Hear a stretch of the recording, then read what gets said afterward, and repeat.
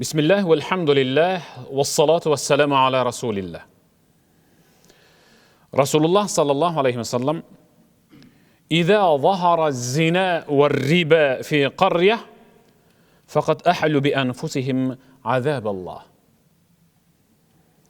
Peygamber aytdı, eğer de bir aymakta zina menen riba açık aykın ile jasala başlasa. La havle ve la kuvvete illa billah.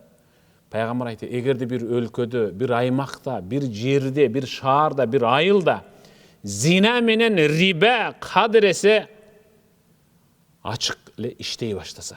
Zinanı түшүнөстөр, zina, ribani түшүнөстөр, üstök qarız берүү жана алуу.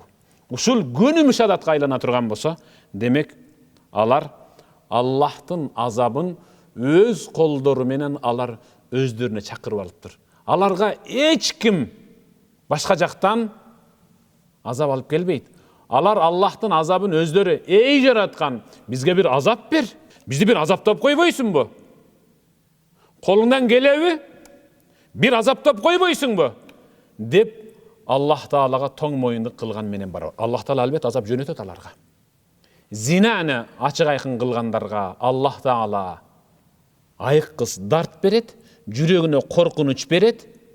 Рибаны сүткорлукту адал деп көнүмүш адатка айлангандарга Аллах Таала алардын аймагында баалар тамак аштын, кийим кеченин, продукциянын бардык нерсесин баасын кайра ылдыйга түшкүс кылып, бийик кылып көтөрүп коет.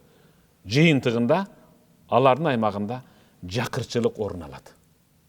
Карабайсызбы? Ошон үчүн Расулуллах саллаллаху алейхи ва салламдан Zeynep binti Jahsh rivayet kılatat. Zeynep enemiz. Peygamber'e geldi. Ya Resulullah aytınçı, "Enahlik fina as-salihun."